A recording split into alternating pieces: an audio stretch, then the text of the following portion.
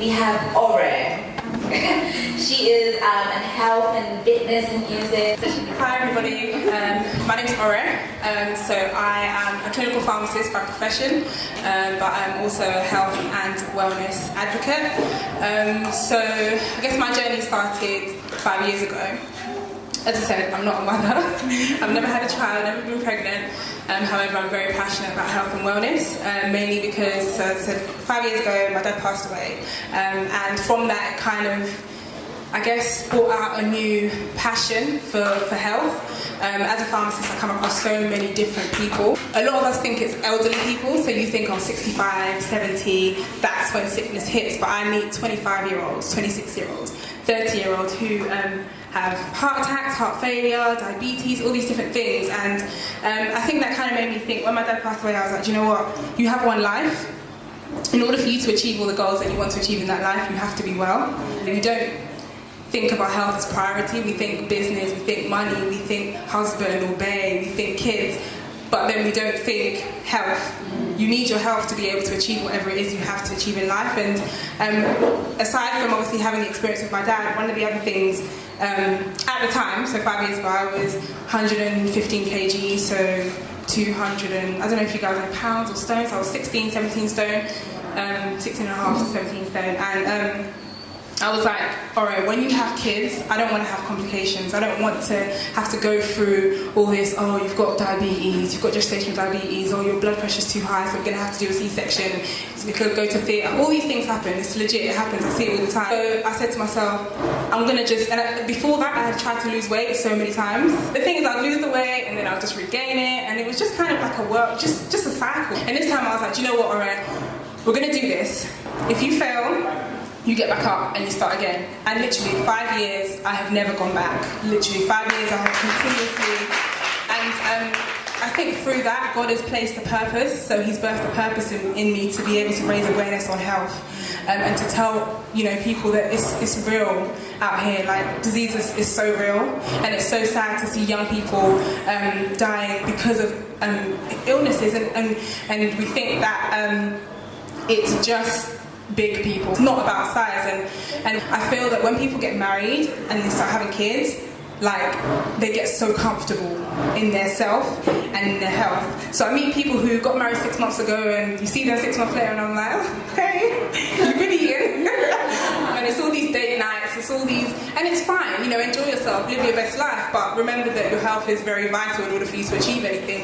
And I think a lot of people, I've heard that there's this myth of when you're pregnant, you need to take it easy, just be holding your back, climbing up the stairs slowly, oh, I can't stand up. But actually, the Royal College of Obstetricians and Gynecologists recommend that every pregnant woman should do 150 minutes of exercise a week. That's 30 minutes a day, 5 days a week, and they say moderate intensity. So that's not strolling to the shop to go and buy Monster Munch, or strolling to Tasty to go and buy a jollof. That is moderate intensity. When they say moderate intensity, that means anything that will get you out of breath. So the idea is to make you out of breath, right? So as a pregnant woman, you can still do your treadmill runs, you can still lift as you've been doing before. However, they do say that if you are somebody who wasn't active before, don't say, okay, I'm pregnant, so I'm going to join that CrossFit class. Like, no. There are things that they advise you not to do as a pregnant woman. So obviously things like skydiving, things like boxing, and also anything that basically will bump the bump. So anything that is causing you to hit your tummy on something, or even lying supine, so basically lying face down. Some aerobics classes they don't recommend as well, because obviously there's certain kind of stretches and things that they do in those classes that it's not recommended for pregnant women. But anything that's, I guess, a pregnancy aerobics class, they would recommend.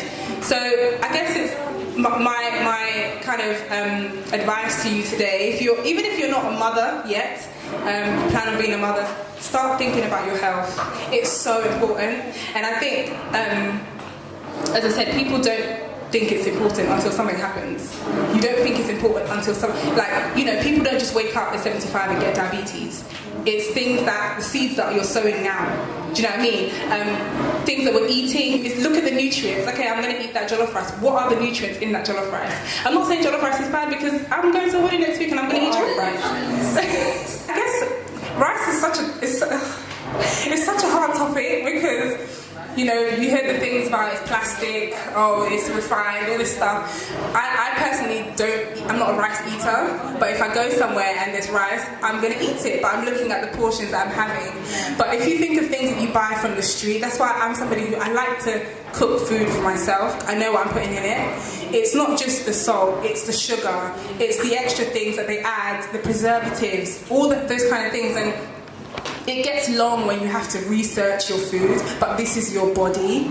And I feel like I don't want to come across as somebody who's perfect, because I'm not. I eat sweets almost every day because I am obsessed. Eat what you want, enjoy, you know, whatever it is that you want to enjoy, but be mindful of the fact that your health is important and you need your health in order for you to live long, right? In order for me to fulfill the vision that God has placed in my life, whether you're Christian or not, whatever your dreams are, I need to live well and eat well and exercise and train well. Think of your kids, think of your husband.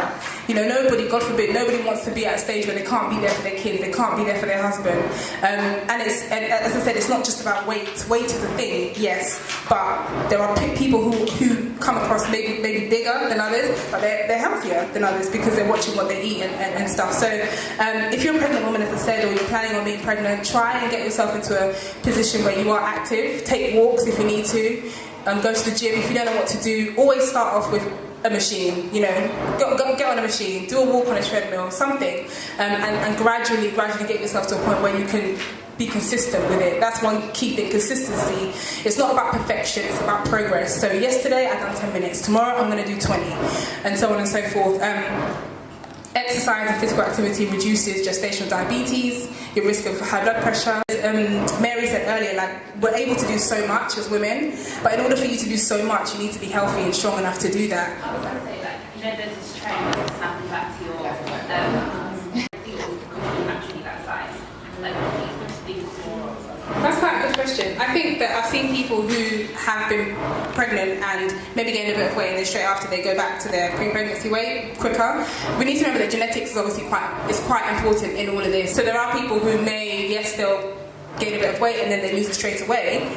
But other people may be different. It may take a bit longer for people, and I think that being active whilst you're pregnant definitely will help, because you're already used to that kind of, you know, stuff. And whilst you're pregnant, I feel like once you have your child, if you're active already, that's cool. But the food will help to get rid of the weight anyway, because you're eating the right stuff, you're, you know, active and all that kind of stuff. So it is beneficial if you're active and you're healthy whilst you're pregnant.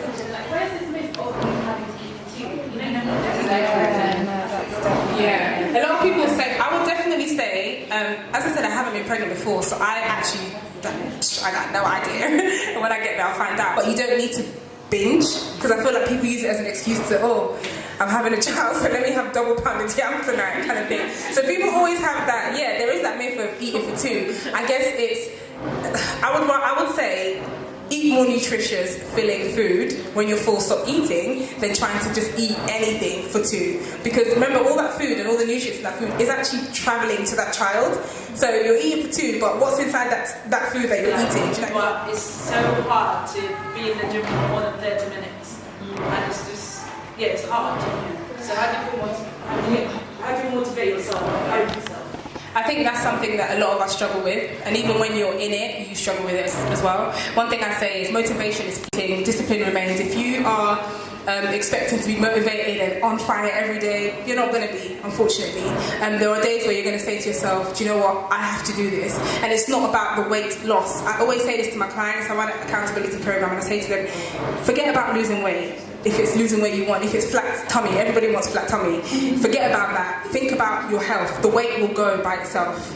Like, it's the weeks or the months that I didn't think about, oh, I want to lose weight. Those are the weeks or the months that I lost the most pounds, because I wasn't thinking about it. It's all about telling yourself, I'm not going to be motivated every day, but I'm going to be disciplined every day. I'm going to discipline myself to do it regardless of whether I want to do it or not. So I think what's kept me going 5 years is discipline. And you get to a point where I'm at a stage where I didn't train this morning, and I know it, like I can feel it in my, you know, there's certain things that you do all the time, and when you don't do it, you're like, oh man, I didn't do it. I'm not bummed. Before, maybe this time last year, I'll probably be crying or be upset, it'll ruin my day, because I'm like, oh, alright, you did train today, you're going to regain all the weight, you're going to be, you know, back to where you started from. But I'm at a stage where I'm like, I didn't do it today, but I know that I can do it tomorrow. I know that tomorrow's still then, I'm going to continue to do it. So pick up discipline rather than motivation. Motivation's great. That's why we have loads of Instagram accounts and people who can motivate you and inspire you. I say that to people who follow me as well. I can motivate you and inspire you, but you have to be disciplined to do the work. I'm not going to be there every morning to wake you up. I go to the gym at 5:30. It's not because I'm not a morning person. It's because I'm disciplined to do that. And I feel like discipline is something you can apply in every single area of your life. If you are disciplined in one thing, you can apply it in every other place. So find the grace to be disciplined in your fitness journey, and that will help you in other areas as well.